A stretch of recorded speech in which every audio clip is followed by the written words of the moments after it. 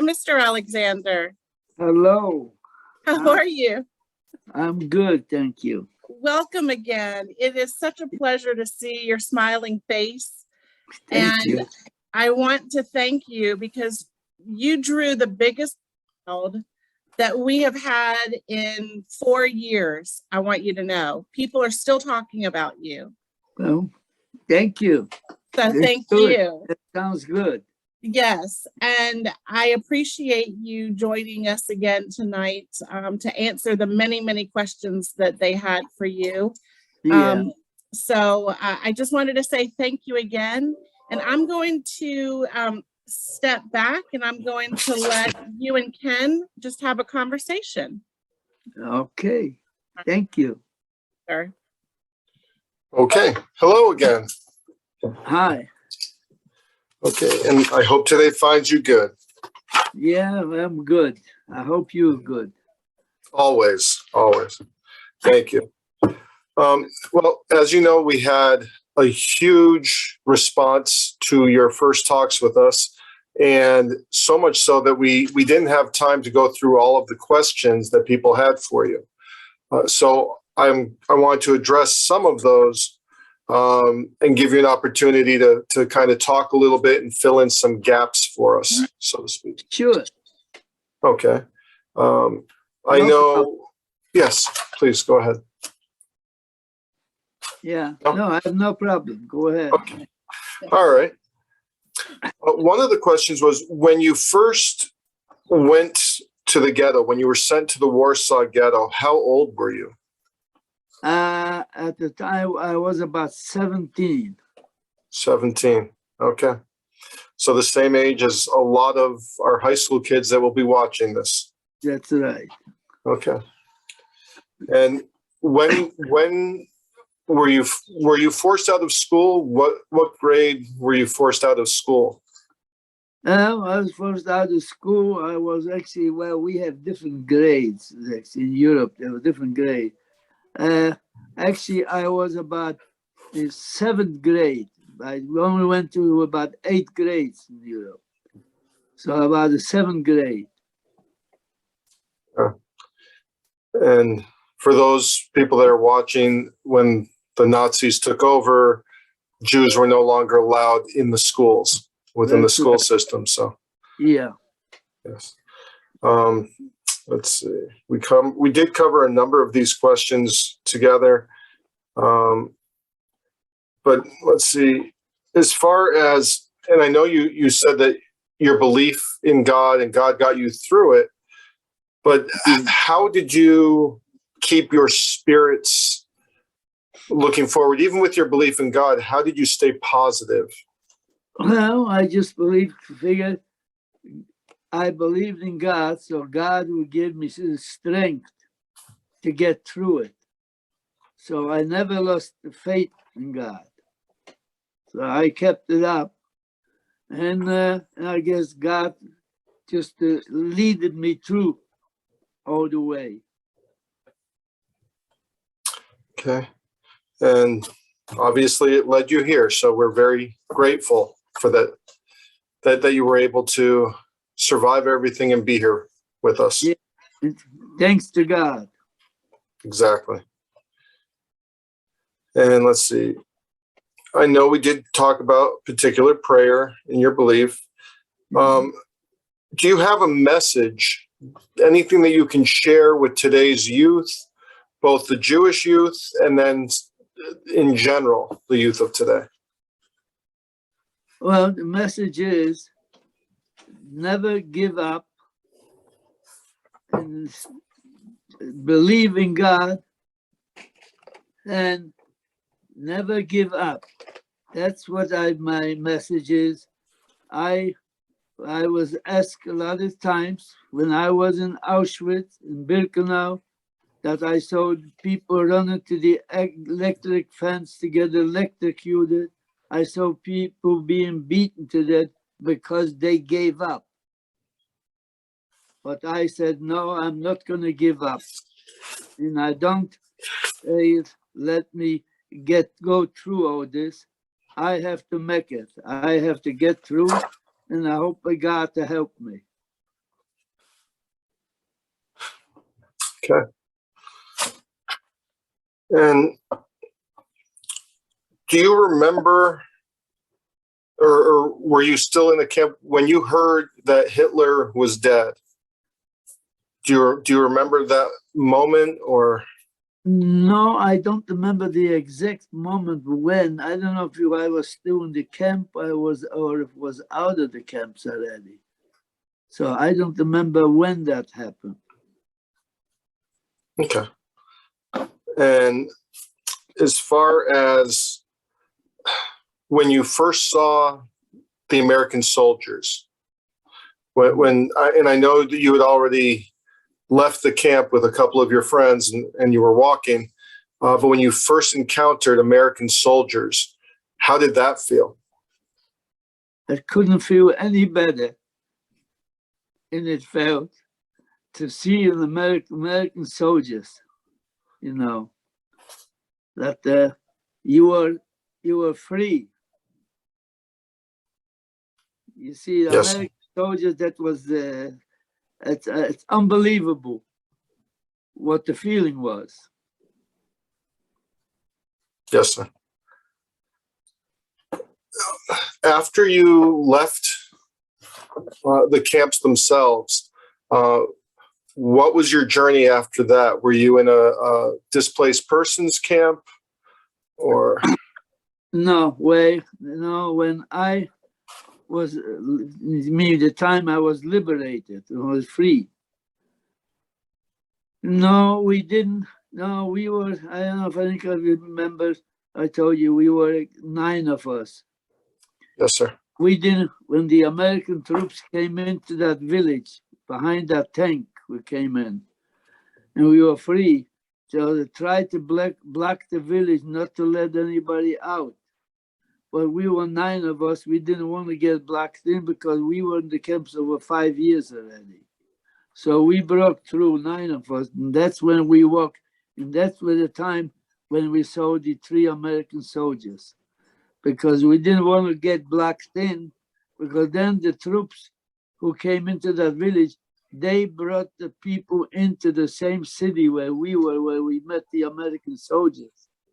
And there was a German Air Force base there before, so they made a DP camp. But we didn't want to go to the camp. So anyway, so after we liberated, then after we told you when we went to the bunker where we changed clothes, got the food, and then we hopped over some fences, and we got to American inn. German inn was taken over by the American troops. In the back of the inn was an empty house, so we took over the house because we didn't want to go to the camp. But then after 10 days, we had to move in to the camp, and then we were taken back to another DP camp in Munich. But you could live in the camp if you want to, or you can go any place you want. You are free. So I lived about 3 days in the camp, and then I moved out, and went back to a city of Landsberg, where my last camp was camp number 7. And Landsberg was one of the biggest DP camps in Germany. But we went to the camp to register.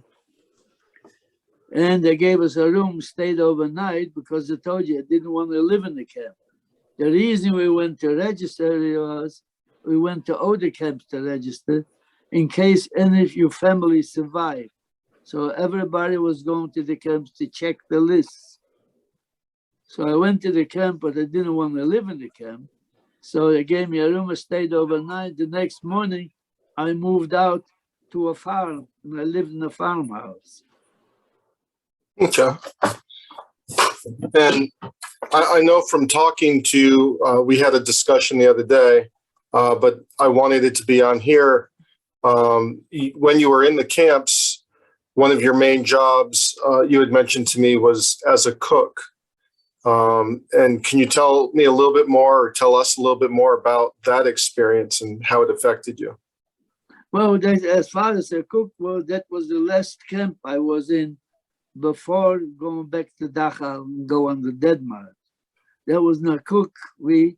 and I had two German men in charge of the kitchen, and it was very good. That was a very good time because after work I went back to the camp. I took some food from my friends, and we had food left over, some soup always left over. Put it in a milk can. And the next morning, people were going to work. We stopped. They had to pass by our kitchen. I stopped and I was given some food. So that felt good. Being able to take care of each other. That's an amazing strength. Let's see. Someone else had asked that after you were liberated, did you ever have a desire to go back to your original hometown in Poland? Well, yes, I did.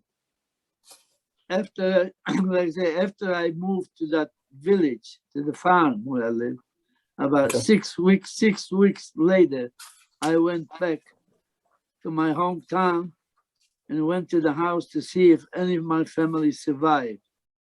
Because when I left the Warsaw Ghetto and I got out, I left my parents, 2 sisters, and 1 brother.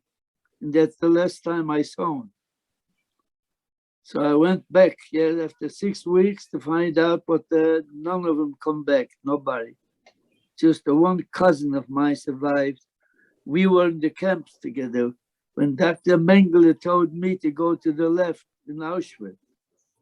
That's when we were separated, because I was with him, his cousin, and 2 of his uncles, his father's brothers. And that's when we were separated. But the uncles didn't survive, but he survived. He was about 2 years younger than I. So that's when I met him, and I came back to Poland. And then it was very bad for survivors in Poland at the time. So they told me he survived, he's in a different town. So I said, okay, I'm going to get him, and we went back to Germany. Okay. Then can you go from there? Like, did you have any thought about going to Israel after all of this? Well, I'll tell you a story about going to Israel. God didn't want me to go to Israel. Because, I'll tell you why. I had 2 occasions. One, before the war, in 1938, my brother, the name I took, Joseph, is not my real name. I just took his name after I became a citizen here. But he was in a kibbutz in Poland in 38 to get a certificate to go to Israel. When he finished the 6 months, so England had a minister who was handing out certificates. They could only get so many a year. If you heard about maybe the Balfour Declaration, they call it. The minister, Balfour minister. Mm-hmm. So when he finished, he cut the quota in half. So he had to wait his turn to come up. So the war broke out. So if he would have gone then, get a certificate to go, so sure I would have gone to Israel. But he didn't go, so I didn't go. And after I was liberated, when I was in Munich, I told you I was in the camp in Munich for 3 days. Yes. And most of you maybe know the Israel, there was no Israel at the time, but the British had a Jewish brigade called the Haganah, who were fighting with the British. And they came through in Munich, and they asked if any of us want to go to Israel with them. We were 12 boys ready to go. So they said they were going to Belgium. On the way back, they'll pick us up. So I was ready to go then, but they didn't come this way. They went a different way. They never came back. So it wasn't, I say, it wasn't meant to be for me to go to Israel. Okay. And then how did you get to America? When did that happen? Well, when I lived in Germany for 4 years, you couldn't go any place. You didn't have a passport. You couldn't, unless a country opened up to take you in. Right. So I lived there for 4 years and waited for any country to open up. So then after 4 years, Canada said that they're going to take some people. So I went and we registered, and then you have to wait until they call you. Took a long time, they didn't call. So in the meantime, waiting for them to call, a friend of mine lived in the next village I lived, and he said, now you can go to Munich and then you can register to go to America. So that's what happened. So we went to Munich and took about, I think about 2 weeks or less even. I had a notice to go through the American doctor to check you out and the FBI. And I got a note to go to Bremerhaven in German port to get a boat to come to America. That's how we came to America. Okay. And then after you came to America, do you mind my asking about your personal life once you came here? No, you can ask me anything you want. Okay. You don't have to answer it, but okay, I'll ask. I'll answer. When you came here, what did you do as a career? Well, I can tell you if you remember my talk, my father, my grandfather were tailors. We were tailors. Yes. So I came here. Everybody who came to America had to have a sponsor. Either you have some relatives here or an organization.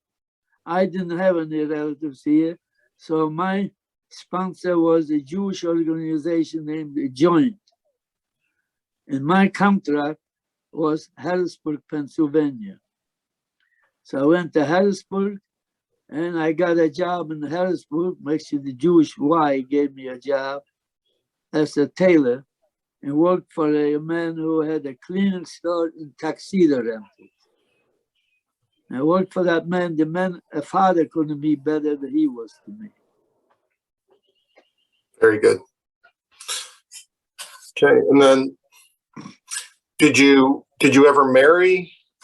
Do you have Yes. children? Yes, I got married. I have 2 children. I have a daughter and a son. Okay.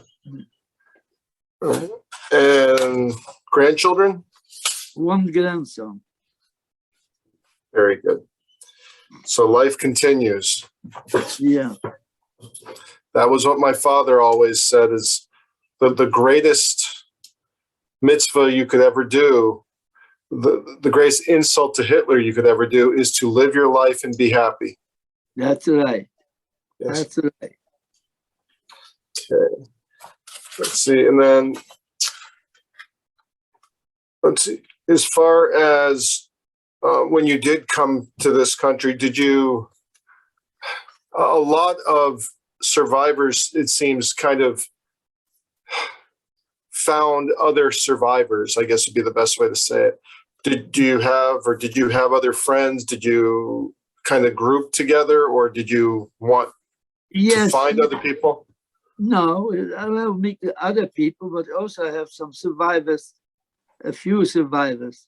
We stuck together. Matter of fact, I was, and even if I came here, I had a couple which they met in the camp. They got married afterwards. Remember, I told you the only camp I was where women was in the camp. So there were quite a few of them met in the camp there, and then afterward they got married. One couple in particular I met him in 1943 in Auschwitz, and then I met him in the camps there. So we were friends for 73 years. Even when we came to the States here, I was in Pennsylvania and they were in Detroit, but we never lost touch. Then they moved here to California, and unfortunately they passed away about 4 years ago. both in 1 week. I'm sorry. But we were friends for 73 years. And I had a few other friends, a couple in New York, and some here in Los Angeles, but I think I'm the only one left. Well, we're very happy that you're still with us. Thank you. And a lot of our other questions, it seems to be almost a little bit of a theme to it. A lot of people are asking as far as what similarities you see between what you went through and what's happening nowadays with Ukraine. Well, Ukraine, well, it's like an old remembrance. What happened in 1938 when Hitler went into Czechoslovakia. That's what it reminds us of. That was the beginning, you know. In 38 went to Czechoslovakia, and it's very bad. This Ukraine here, it's even worse than that, because Hitler went into the countries, but they didn't destroy the countries. Now Russia is just wiping out cities. It's completely wiping them out and killing a lot of people. That's very bad. That's very bad. Yes, sir. Okay. One interesting question I remember reading was not just for the kids listening, but we have a lot of educators, a lot of teachers that are watching this. They're going to show it to their classes. Is there a specific way or a specific thought that you want the teachers to be able to convey to the students? Well, have to convey to the students actually is don't believe in the Holocaust deniers and go through education. Keep it free that it doesn't happen again. Is read some books or see some movies like Holocaust movies. Let them see. And join and go to the museums, the Holocaust museums, and see what the museum has to show. Yes, sir. Towards that, are there specific movies or books that you would recommend for people trying to learn more about Yes. the Holocaust? Yes, I do have a list actually here. For a Schindler's List is one. Boy in Striped Pajamas, The Pianist, The Book Thief, and The Zookeeper. Those are the movies that you go to see. And as far as books, is Elie Wiesel's Night. That's a very good book to read. I agree. And then as well, for anyone trying to get education, there's always the museums, the Yes. websites for the museum, our website. There's so many organizations across the country, across the world, which can provide those resources. So for any teachers watching this, please contact us, contact museums. We are more than happy to provide anything and everything for them to have the resources they need. So Because our museum here, mhm. they protect schools to the museum. They bring schools to the museum and they have us survivors talk to them. And also we go out to schools. I go out to schools, talk to the school at the schools now. It was more before the coronavirus. I used to go to older schools, but now mostly on Zoom, but still do some of them at the museum. So I just, just on a personal note, I just met online Anna Pykow from the museum in Los Angeles. I've been talking to her. So, Yeah, and she said to say hello. She's had you to the house, she said. I just saw it last week. Yes. Yes. So she said to say hi. Thank you. I just wanted to throw that in there. Yeah. Okay. And then let's see. I want to make sure I'm not missing anyone's questions. As far as, are there any closing words, or what message do you want to leave us with after all of this? Well, the message I want to leave is, there's a lot of anti-Semitism going on. So the people, don't listen to them. I call them, they're crazy, because the evidence is still in existence today. You go to the camps. I was at the camps a few times, and I see buses coming from people from all over the world to witness, to see the gas chambers, the ovens. So that's why I call them, they're crazy. I said, don't listen to this. And just we have to talk, most of what we have to do is we're talking to the young people at the schools and to let them know. Because I understand also, another thing is what we have to do here, what we need to do now is try to get the Congress to make it mandatory for all the schools in all the 50 states to teach the Holocaust. As far as I know, I heard that there's only 17 states who teach the Holocaust, but they have to make it mandatory all the states to teach the Holocaust. I would agree with you. I'm in one of the 17. Tennessee, we have standards for it. And there's always room for more. Yeah. Definitely. I understand. I've heard that you say, and people tell me that there's about 70% of the young kids never heard about the Holocaust. Yeah. So, history is in a very strange place right now in our country. But I agree, it's a very important number of lessons that we can learn from it, how to be a good citizen, how to watch our fellow man, and how to take care of each other. So that's right. All right. Alyssa, did you have any closing? Well, thank you, Ken. I just wanted to say thank you, Mr. Alexander. Hold on one second. Okay.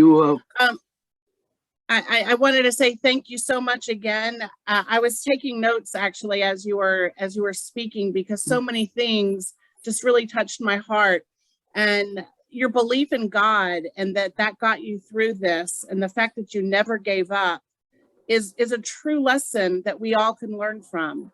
And when you said that when you saw the American soldiers and you knew you were finally free, I think that says it all. That's right. I think it says it all. Yeah.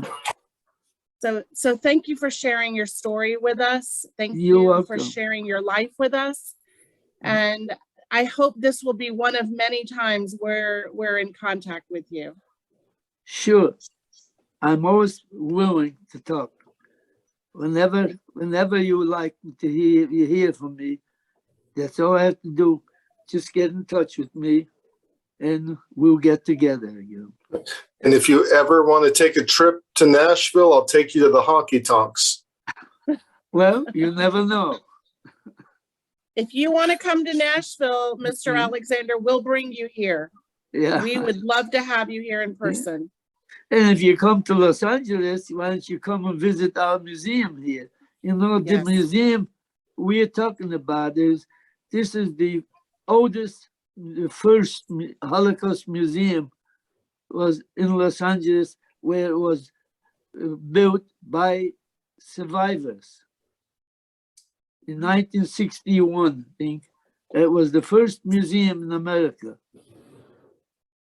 So we have a nice little museum, If you come to Los Angeles, come to visit us at the museum. I heard they have a Joseph Alexander exhibit there. They have I think I showed you last week, the documents I have. Yes, sir. The originals are on display there in the museum, and also copies are in Dachau, in Germany. The Oh. museum in Dachau, they have copies of my papers. Wow. Wow, Okay. incredible, incredible. You're an amazing human. You really are. Thank you very much. Incredibly strong. Yes. Huh? Yes. Well, I think God wants to keep me here for a while, I hope. I hope so. We hope. And Yes, we hope. so I can still tell some people, especially kids, the young kids, to let them know still what happened. Yes, Mm. yes. Yeah. Well, we hope to speak to you again soon. And until then, we'll say so long, but not goodbye. Okay, so long. So long, Mr. So long. Alexander. Thank you Bye-bye. again. Auf Wiedersehen. Thank you very much.